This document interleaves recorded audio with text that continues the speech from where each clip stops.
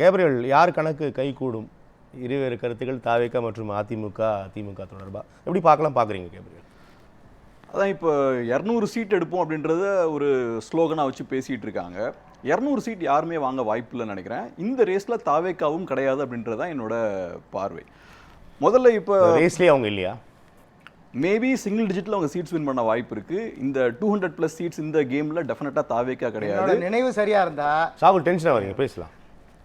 இல்லை, இது சாதாரணமான ஒரு ஃபேக்ட் தான். இப்போ தான் அவங்க கட்சியை ஆரம்பிச்சிருக்காங்க. எடுத்த உடனே ஃபர்ஸ்ட் எலெக்ஷன்லேயே அவங்க 200+ சீட்ஸ்லாம் வாங்க முடியாது. சிங்கிள் டிஜிட்டில் வாங்குறதுக்கான வாய்ப்பு இருக்குது. டபுள் டிஜிட்டில் வாங்கினாங்கன்னா பெரிய விஷயம். 200 சீட்ஸ் வந்து ரெண்டு கட்சிகளுமே வாங்குறதுக்கான வாய்ப்பு கிடையாது. இந்த எலெக்ஷன் டஃப்பாக இருக்கும் அப்படின்றது தான் என்னோட பார்வை. ஏன் டஃப்பாக இருக்கும்னு நான் சொல்கிறேன்னா, இப்போ நார்மலாக நம்ம பார்த்தோம்னா இது அதிமுக ஜெயிக்க வேண்டிய எலெக்ஷன்.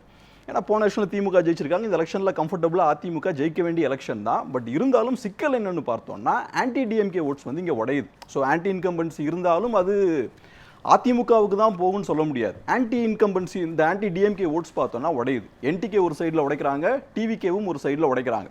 அதுபோக அதிமுகவுக்கு மைனாரிட்டி ஓட்ஸும் இந்த தடவை போகிறது ரொம்ப குறைவாக தான் இருக்கும். ஸோ இந்த சிக்கல்கள்லாம் இருக்கிறனால எலெக்ஷன் டஃப்பாக இருக்கும்னு நான் சொல்கிறேன். ஸோ இவங்க தான் ஜெயிப்பாங்க அப்படின்ற விஷயத்தை நம்ம ப்ரெடிக்ட் பண்ண முடியாது.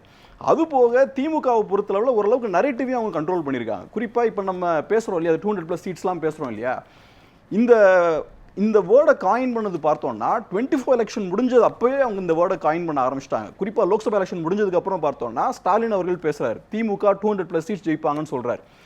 அந்த டைம்லயே பார்த்தோம்னா இந்த எண்ணிக்கையும் தொடர்ந்து சட்டமன்ற தேர்தலில் எப்பவுமே பேசுவாங்க தான். ரைட், கடந்த தேர்தலையும் நம்ம பேசுறதை பார்த்துருக்கோம். பட் இது பார்த்தோம்னா அந்த டைம்ல இருந்து இது ஒரு கேட்ச் வேர்டா இது மாறுது. இது வந்து கொஞ்சம் கூடுதல் கவனம் பெறுதுன்னு புரிஞ்சுக்கலாம். 24ல எலெக்ஷன் ஜெயிச்சதுக்கு அப்புறம் உடனே இந்த விஷயம் வந்து நடக்குது, முன்வைக்கப்படுது.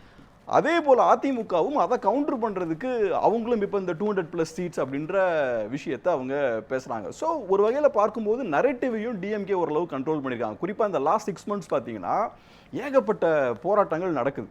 ஒரு அரசியல் கட்சி நினச்சிருந்தாங்கன்னா அந்த போராட்டங்களை ஆளும் கட்சிக்கு எதிராக நல்லா எஃபெக்டிவாக யூஸ் 6 மாதம் தான் நடக்குதா?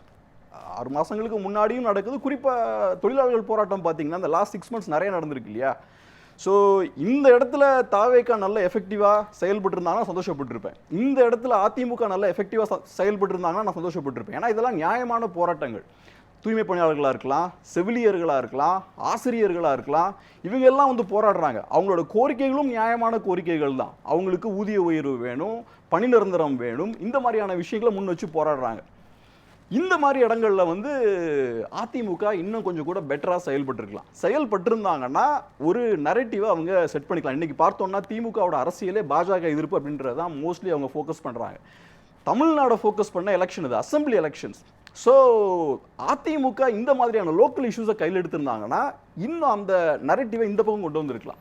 பட் அதையும் பார்த்தோம்னா கொஞ்சம் மிஸ் பண்ணிட்டாங்கன்னு நினைக்கிறேன். தாவேகாவை பொறுத்தளவு வெளியே வர்றது கிடையாது. அவங்க வந்து பிரச்சாரம் பண்ணுறது தான் அரசியல் நினச்சி பேசிகிட்டு இருக்காங்க. பிரச்சாரம் பண்ணுறது மட்டுமே அரசியல் கிடையாது. அரசியல்ன்றது ஒவ்வொரு நாளும் மக்கள் பிரச்சனை எடுத்து போராடணும் கட்சிகள்.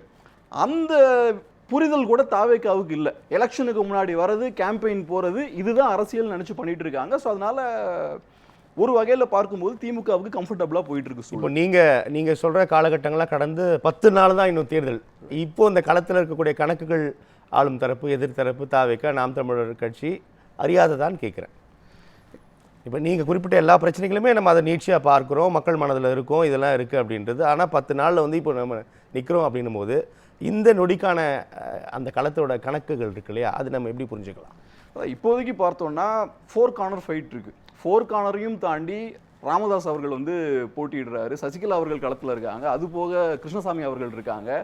ஸோ புது பிளேயர்ஸ் நிறைய வர பார்த்தோம்னா ஆன்டி டிஎம்கே ஓட்ஸ் உடையிறதுக்கான வாய்ப்புகள் அதிகமாகிக்கிட்டே இருக்கும். ஸோ அந்த வகையில் பார்க்கும்போது 4 கார்னர் ஃபைட்னு வரும்போது டிஎம்கேவுக்கு சின்ன ஒரு அட்வான்டேஜ் இருக்குது. நார்மலான ஒரு சூழலில் அதிமுக கம்ஃபர்டபுளாக ஜெயிக்க வேண்டிய ஒரு எலெக்ஷன் தான். பட் இங்கே இருக்கிற சிக்கல் என்னன்னு பார்த்தோம்னா ஆன்டி இன்கம்பன்சி ஓட்ஸ் ஹெவியாக உடையிறனால இங்கே டிஎம்கேவுக்கு ஒரு வாய்ப்பு இருக்குன்னு பார்க்குறேன்.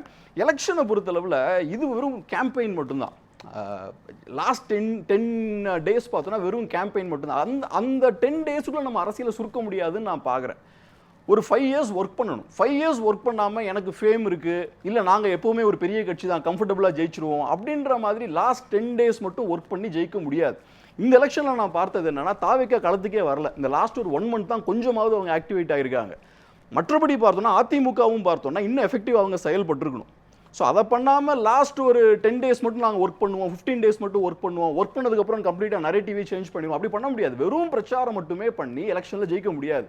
எலெக்ஷனுக்கும் களத்துக்கும் நிறைய சம்பந்தம் இருக்குது. ஸோ கிரவுண்டில் இருக்கக்கூடிய ப்ராப்ளம்ஸ்லாம் சேர்ந்து தான் எலெக்ஷன் ரிசல்ட்ஸ் அது டிரான்ஸ்லேட் ஆகும். ஸோ அப்போ அதுக்கான வேலைகள் பண்ணும். அந்த விஷயம் பெருசாக எதிர்க்கட்சிகள் பண்ணல. இப்போ நீங்கள் குறிப்பிடக்கூடிய இந்த இஷ்யூஸ் எல்லாமே வாக்கு செலுத்தும் போது மக்களின் மனதில் இவையெல்லாம் இருக்குமா? கண்டிப்பாக இருக்கும், கண்டிப்பாக டெஃபினட்டாக இருக்கும். ஸோ இப்போ மாற்றுக்கான ஒரு தேவை இருக்குது. அதனால தான் மாற்று அரசியலை முன்வைத்து நிறைய கட்சிகள் வந்துட்டு இருக்காங்க. இருக்கக்கூடிய எந்த நம்பிக்கையில் 2 கட்சிகளுமே ஆண்டு கொண்டிருக்கின்ற ஆண்ட கட்சிகள் 2மே 200 இலக்கு வைக்கிறார்கள். அப்போ அதை எப்படி புரிஞ்சுக்கலாம்? அது ஒரு நரேட்டிவ் செட் பண்ண முயற்சி பண்ணுறாங்க, தொண்டர்களை ஊக்கப்படுத்தணும்னு முயற்சி பண்ணுறாங்க. அவங்கள பொறுத்தளவில் இது யதார்த்தமான ஒரு விஷயம் தான். 200+ அப்படின்னு சொல்லும்போது நம்ம ரொம்ப ஸ்ட்ராங்காக இருக்கும் அப்படின்ற அந்த இமேஜை கிரியேட் பண்ண முயற்சி பண்ணுறாங்க. இப்போ திமுக நான் சொன்ன மாதிரி ஃபஸ்ட்டே அவங்க 200+ அப்படின்ற அந்த ஒரு ஸ்லோகனை வந்து கொண்டு வராங்க. அது கொண்டு வராங்கன்னா அதோட மறைமுக பொருள் என்னன்னா, எங்களுக்கு ஜெயிக்கிறதுலாம் பிரச்சனையே கிடையாது, 200 கிடைக்குமா கிடைக்காதான்றதான் பிரச்சனை, கம்ஃபர்டபுளாக நாங்கள் ஜெயிச்சிருவோம் அப்படின்ற ஒரு மறைமுகமான நரேட்டிவ் அவங்க செட் ஆகுது. இதுக்கு முன்னாடி பாஜக அதை பண்ணாங்க.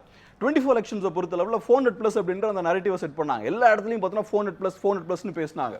ஸோ அப்படி பேசும்போது என்னன்னா, எங்களுக்கு எலெக்ஷனை ஜெயிக்கிறதுலாம் ஒரு விஷயமே கிடையாது, 400 சீட்ஸ் கிடைக்கும். 5 ஆண்டு ஆட்சியின் மீதான அதிருப்தி என்பது வெற்றி பெறுவதற்கே வாய்ப்பு இருக்குமா அப்படின்ற இடத்துல நாங்கள் அது நீங்கள் குறிப்பிட்டபடி வெற்றிலாம் எங்களுக்கு பெரிய விஷயம் இல்லை, ஆனால் அதை கடந்து ஒரு பெருமெற்றி நோக்கி நாங்கள் நகர்றோம் அப்படின்றது ஒரு அதீத நம்பிக்கையா? அதீத நம்பிக்கைன்னு சொல்ல மாட்டேன், ஒரு பாசிட்டிவான ஒரு மூடை கிரியேட் பண்ணுறாங்க. நாங்கள் ரொம்ப ஸ்ட்ராங்காக இருக்கும் அப்படின்ற ஒரு பாசிட்டிவான மூடை கிரியேட் பண்ணுறாங்க. அரசியல் அதுவும் முக்கியம். நான் சொன்ன மாதிரி களத்தில் டஃப்பாக ஒர்க் பண்ணுறதும் முக்கியம், நரேட்டிவை கண்ட்ரோல் பண்ணுறதும் ரொம்ப அவசியம் தான். ஸோ அந்த வகையில் நாங்கள் ஸ்ட்ராங்காக இருக்கோன்ற இமேஜையும் மெயின்டைன் பண்ணுவோம் டெஃபினட்டாக. கேப்ரியல், மக்கள் தீர்ப்பு திரும்ப அவங்களுடைய கருத்து பார்வை. அஃப்கோர்ஸ் இது டெஃபினட்டாக சோஷியல் மீடியா யூசர்ஸோட கருத்து. பட் இதை வந்து நம்ம எலெக்ஷன் ரிசல்ட்ஸாக நம்ம பார்க்க முடியாது. இப்போ பார்த்தா தாவேகாவுக்கு 51%, திமுகவுக்கு 36, அதிமுகவுக்கு 10, நாத்தாக்காவுக்கு 3, அதில் 4 கொடுத்துருக்காங்க. ரைட், அதில் வந்து 4 கொடுத்துருக்காங்க. ஆமாம். இப்போ பார்த்தோம்னா இப்போ தாவேகாவோட ரொம்ப குறைவாக நாம் தமிழ் கட்சிக்கு கிடைத்திருக்கிறது. இப்போ டிவிகேவை நான் நிறைய விமர்சித்தாலும் ஒரு விஷயத்தில் நான் டிவிகேவை பாசிட்டிவாக பார்ப்பேன். எந்த விஷயத்துலன்னு பார்த்தோம்னா, அரசியலே பேசாத ஒரு கூட்டத்தை அரசியல் பேச வச்சுருக்காங்க. ஸோ இப்போ விஜய் அரசியலுக்கு வந்ததால் இப்போ நிறைய பேர் அரசியல் பேச ஆரம்பிச்சிருக்காங்க. ஸோ இந்த என்டர்டெயின்மெண்ட் மட்டும் ரசிகர்கள் அரசியல் நோக்கி கன்வெர்ட் ஆயிருக்காங்க. அவங்க குவாலிட்டியான அரசியல் பேசுகிறாங்களா, அரசியல் தெளிவு இருக்கா, அதெல்லாம் வேற. இப்போ நம்ம தற்கொலைன்ற அதெல்லாம் யூஸ் பண்ணது இல்லை சார் சொன்ன மாதிரி. பட் இருந்தாலும் ஏதோ ஒரு வகையில் அரசியல் அவங்க பேசுகிறாங்க, அது ரொம்ப பாசிட்டிவான ஒரு விஷயமா பார்க்குறேன்.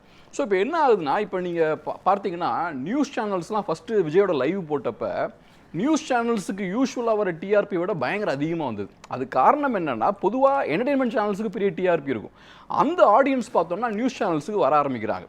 இதுவும் நான் அப்படி தான் பார்க்குறேன். விஜய்க்கு வந்து ஹார்ட் கோர் ஃபேன்ஸ் இருக்காங்க. இந்த மாதிரியான ஒரு ட்விட்டர் போல் இருக்குன்னு வச்சுக்கோங்க, எப்படியாவது நம்ம தலைவரை ஜெயிக்க வச்சே தீரணும், அதுக்கு நல்லா கஷ்டப்பட்டு உழைக்கிறது, நிறைய இடத்துல அதை ஷேர் பண்ணுறது இதெல்லாம் பண்ணுவாங்க. ஸோ இதை பேஸ் பண்ணி மட்டுமே நம்ம வந்து இது வந்து இந்த மாதிரியான ஒரு ரிசல்ட் வரும்னு நம்ம சொல்ல முடியாது. ஏன்னா நான் பேசிக்காக பார்க்குறது என்னென்னா, விஜய்க்கு எங்கேருந்து ஓட்ஸ் வரும், யாரெல்லாம் விஜய்க்கு ஓட்ஸ் போட போகிறா.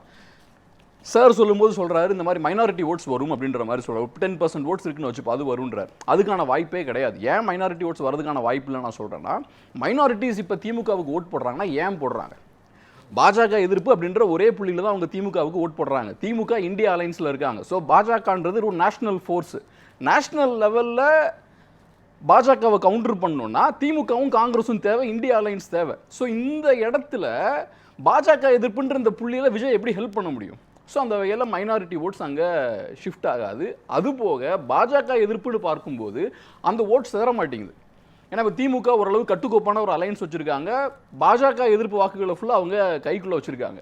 அப்போ விஜய்க்கு இருக்கக்கூடிய ஸ்கோப் என்னன்னு பார்த்தீங்கன்னா, ஆன்டி டிஎம்கே ஓட்ஸ், குறிப்பாக அதிமுக ஓட்ஸை ஓரளவுக்கு உடைக்கலாம். அதை தான் அவரும் முயற்சி பண்ணிட்டு இருக்காரு. அதை மட்டுமே உடைச்சு 51%, 32% வருவதற்கான வாய்ப்பு இல்லை. ஸோ இதை நான் எப்படி பார்க்குறேன்னா, ஃபேன்ஸ் வந்து நல்லா அக்ரெசிவாக ஒர்க் பண்ணுறாங்க. ஸோ அதோட ரிசல்ட்டாக வருது. அதுவும் நான் குறைச்சலாம் மதிப்பிடலை, அதுவும் ஒரு பொலிட்டிக்கல் ஆக்டிவிட்டி தான். ஃபேன்ஸ் தான் நான் பார்க்குறேன், மோஸ்ட்லி ஃபேன்ஸ் தான் பார்க்குறேன். அவங்க இப்போ கொஞ்சம் அரசியல் மயப்படுறாங்கன்றத பாசிட்டிவான ஒரு விஷயமா பார்க்குறேன். இப்போ இங்கே சிக்கலே என்னன்னா, ஒன்று விஜயோட ஆதரவாளர்களுக்கு பெரிய பொலிட்டிக்கல் புரிதல் இல்லை, ரெண்டாவது விஜய் அவர்களுக்குமே பெரிய பொலிட்டிக்கலான புரிதல் இல்லை. இப்போ சிம்பிளான எக்ஸாம்பிள் சொல்கிறேன். விஜய் இஸ் தமிழ்நாடு, தமிழ்நாடு இஸ் விஜய்னு அவர் சொல்கிறார்.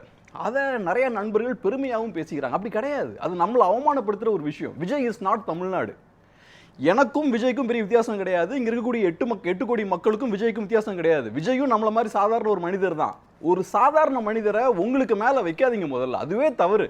அப்படி சுத்தி இருக்கவங்க பண்ணாலும் விஜய் அனுமதிக்க கூடாது. இப்ப ஜோசப் ஸ்டாலின் அப்படி சொல்லுவாங்க, அது கூட ஜோசப் ஸ்டாலின் சொல்ல, பெரிய பவர்ஃபுல்லான சர்வாதிகாரி. சுத்தி இருக்கவங்க அப்படி சொல்லுவாங்க. இந்திரா காந்திக்கும் அதே மாதிரி தான், சுத்தி இருக்கவங்க அந்த மாதிரியான விஷயங்கள் சொல்லுவாங்க, அந்த தலைவரே சொன்னது கிடையாது. சோ இப்படிலாம் மக்களுக்காகன்னு சொல்லலாம் சார். ஸ்டாலின் இப்போ நான் தான் தமிழ்நாடுனா என்ன அர்த்தம்? அது அப்ப நாங்கள்லாம் என்ன? இட் இஸ் ஈக்குவலி மீனிங் தான். அப்படிலாம் கிடையாது. தமிழ்நாடே நான் தான் சொல்றது என்ன அர்த்தம்? அதை சுத்தி இருக்கவங்க சில நேரங்கள் சொல்லுவாங்க. அப்படி சொன்னா கூட நீங்க கண்ட்ரோல் பண்ணும் அதை. பட் இந்த மாதிரியான டேஞ்சரஸான பொலிட்டிக்ஸ்லாம் முன்னெடுக்கிறாங்கன்னா அவருக்கு முதல்ல அரசியல் புரிதல் இல்லை. ரெண்டாவது இதெல்லாம் கேள்வி கேட்கவும் தெரியல கேட்டு இருக்கவங்களுக்கு. அதை ஏதோ பாசிட்டிவான அந்த முழக்கம் ஒரு ஆபத்தான அரசியலா தான் கண்டிப்பா. நான் இப்ப சொல்றேன் பாருங்க, ஜோசப் ஸ்டாலினோட ஆதரவாளர்கள் அதை சொன்னாங்க. ஜோசப் ஸ்டாலின் தட்டி கேட்கல, அங்க கூட அவரு சொல்லல, அவரை சுத்தி இருந்தவங்க தான் அதை சொன்னாங்க. அவர் யார்? அவர் சர்வாதிகாரி. நீங்க யாரு? நீங்க ஒரு மக்கள் தலைவர். நீங்க என்னைக்குமே தமிழ்நாடு ஆக முடியாது. இங்க 8 கோடி பேர் இருக்காங்க. 8 கோடி பேரை விட நீங்க எந்த வகையிலும் உயர்ந்தவர் கிடையாது. உங்களோட அரசியல் பேசுங்க. கடைசியா பிரச்சாரத்துல பேசுறாரு. பிரச்சாரத்துல பேசும்போது அவரோட பிரச்சனைகள் பேசிக்கிட்டு இருக்காரு. நான் இந்த மாதிரி வஞ்சிக்கப்படுறேன், என் படத்தை ரிலீஸ் பண்ண உள்ள ஏகப்பட்ட பிரச்சனைகள். விஜய்ன்றவர் ஒரு பெரிய ஒரு ஸ்டார், பெரிய ஒரு இன்ஃப்ளூயன்ஸ் உள்ள ஆளு, பெரிய பணபலம் படைத்த ஆளு. இங்க அவர் விக்டிம் கிடையாது. விக்டிம் அங்க 41 பேர் இறந்திருக்காங்க, அவங்க விக்டிம்ஸ். தமிழ்நாட்டில் ஏகப்பட்ட பேர் ஏழ்மையில் இருக்காங்க, அவங்க விக்டிம்ஸ். இவர் அரசியலுக்கு வந்தது அவரை பத்தி பேசுறது கிடையாது, அந்த மக்கள் பத்தி பேசணும், அவங்க வழியை பத்தி பேசணும். அதை பேசாம அவரை பத்தியே பேசுறது, அப்புறம் இந்த மாதிரி தட்டையான அரசியலை முன்வைக்கிறது எல்லாம் ரொம்ப தவறான விஷயங்கள்.